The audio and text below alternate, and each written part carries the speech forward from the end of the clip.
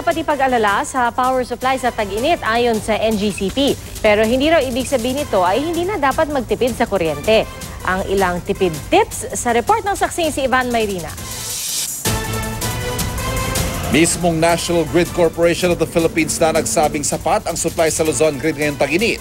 May peak supply na 11,220 megawatts para sa inaasahang 9,870 megawatts na peak demand sa ikatlong linggo ng Mayo. Assuming that there are no other plants that go on unscheduled maintenance and assuming that the load at its peak will not exceed 9,870 megawatts, then yes, there will be no power outages. Sa kabila nito, patuloy ang paalala ng NGCP na magtipid sa kuryente para masigurong walang biglaang pagbabago sa demand. Tiyak daw napapalong demand sa kuryente ng residential customers sa pagpasok ng tag-init. Pero may paraan pa rin para makatipid ayon sa Meralco. Hanggat maaari buksan ang blinds o hawiin ang kortina para pumasok ang natural light. Kapag balot na ng dumi at alikabok ang ilaw, hanggang kalahati ng liwanag dito ang nawawala.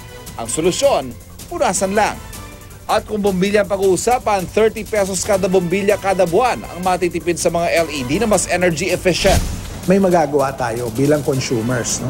Which is to continuously practice energy efficiency measures.